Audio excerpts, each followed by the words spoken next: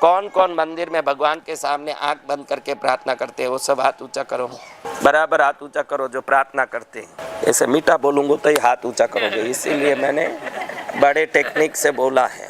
देखो सामने जो है वो पत्थर है क्या? सामने जो खड़े वो पत्थर है क्या? तो आंख क्यों बंद करी? या तो कोई खराब चीज देखे तो आंख बंद करे, या जो नहीं है उसको याद करने आंख बंद करना। तू का कोई आंख बंद करी भाई? भगवान के मैं यहीं खड़ा हूँ ना, तो आंख क्यों बंद कर रही है? यानी मेरे पर तेरे को कोई यहाँ मैं खड़ा हूँ ये विश्वास नहीं है।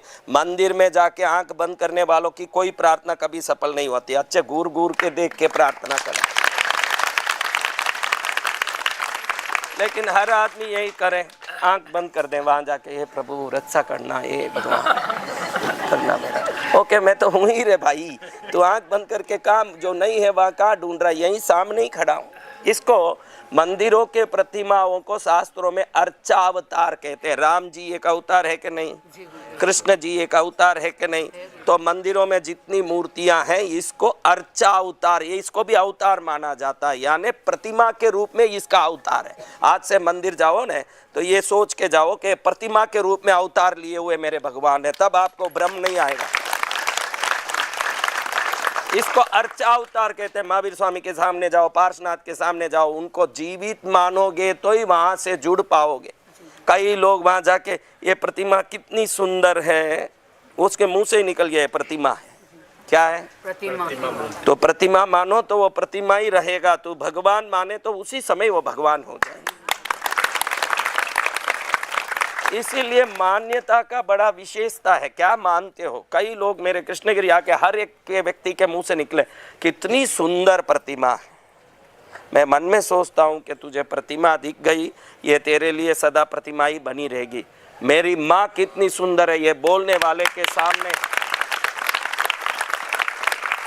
माँ प्रकट हो जाएगी। मेरा फोटो कोई ले गए हो, एक गुरु जी का फोटो है, ऐसे समझोगे तो फोटो ही रह जाएगा। जिस दिन समझोगे कि गुरु महाराज मेरे साथ हैं, फोटो से मुझे निकल के बाहर आते देख सके। मैं बाहर आने की ताकत रखता हूँ। देखो भाई, ये मेरी बहनों के कोई पुष्ट बहनें होती है जिसके बच्चा होने के बाद ज़्यादा दूध निकलता है, उसमें पुष्टि होती है, तो क्या पड़ोसी बच्चे को पिलाती कि भाई ज़्यादा हो रहा, भाई तुम भी आओ, ए भाई तू भी आ रे, भाई तू भी आ, सब पी। ज़्यादा कई बहनों के जैकेट ही गीला हो जाता दूध ज़्यादा होने से, तो भी क्या पड़ोसी को पिलाएगी? किसको पिलाएगी? अपने बच्चे को। बहुत सरल बात है, तुम उनके बनोगे तो ही उनकी कृपा मिलेगी। पड़ोसी बच्चा हजार राजी करें, हाँ ये बोल रही है मेरा ऐसा प्रॉपर्टी है, वैसा प्रॉपर्टी है, सब प्रॉपर्टी है तेरा। पड़ोसी आके बोल रहा है कि तू मेरी माँ है, तू मेरी देवी है, तू ही लक्ष्मी है, तू ही सरस्वती है, तू ही मेरी पार्वती है, सब धन मेरे नाम कर दे, तो नहीं करेगी। क्यों? इतना राजी कर रहा है तो नहीं करेगी। तो राजी करना महत्वपूर्ण नहीं है, उनका होना महत्वपूर्ण है।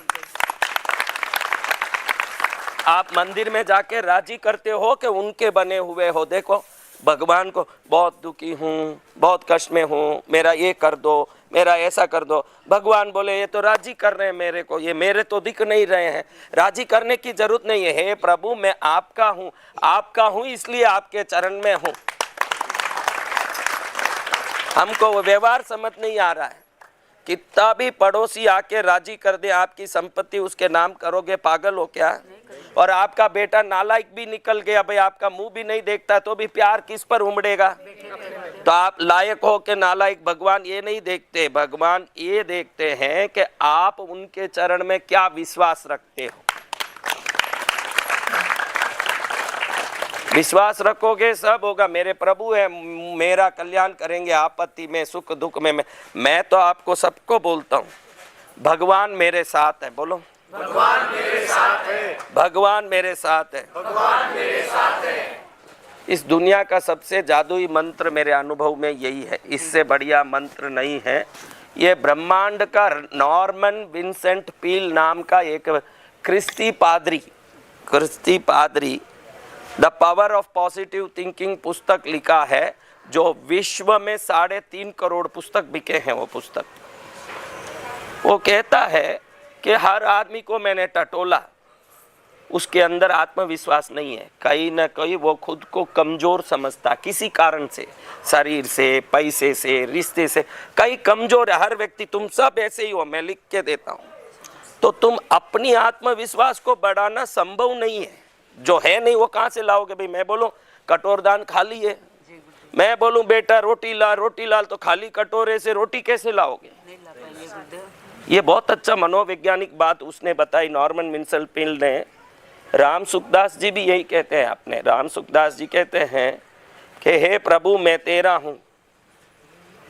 नॉर्मन विंसल पील कहता है कि भगवान मेरे साथ है। अब इससे फायदा क्या होता है, अपन कितना भी भक्ति करें, पूजा करें, मन में एक डर रहता है, मन में एक घबराहट रहती है, मन में ऐसा रहता है कि मेरा काम नहीं हो रहा है, मेरे, तुम सब एक आत्मविश्वासहीन कारण से सदा दुखी रहते हो। आपको दुखी होने का कारण सबसे बड़ा यही है कि विश्वास में कमी है। तो वो कहता तेरे में विश्वास नहीं है, तो सर्वशक्तिमान भगवान को अपने साथ है ऐसे सोच, तो ऐसा होगा जो छोटा बच्चा चल नहीं पाता है उसको बाप पकड़ के चलता है, वैसे भगवान मेरे साथ है, भगवान मेरे साथ है ऐसे कहने लगेगा, तो तेरे जीवन में चमत्कार होगा। वो मैं हरदम महसूस करता हूँ।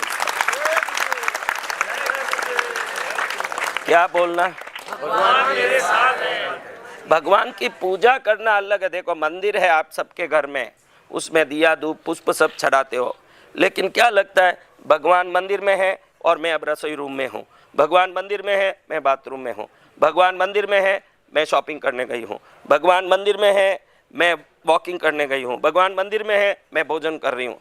अरे भगवान वहाँ रहेंगे न, तू यहाँ रहेगी, तो उनकी पूजा करके क्या फायदा। वो सर्वव्यापी है तो हरदम उनको तेरे साथ रहना चाहिए, तेरा कर्म भी उत्तम होगा। क्या होगा, डर भी मिट जाएगा, बड़े बड़े तकलीफें।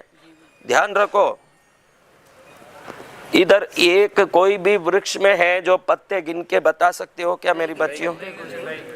ये पत्ते, इस वृक्ष के पत्ते नहीं गिन सकते, तो पूरे बीकानेर में कितने वृक्ष और कितने पत्ते बेटा?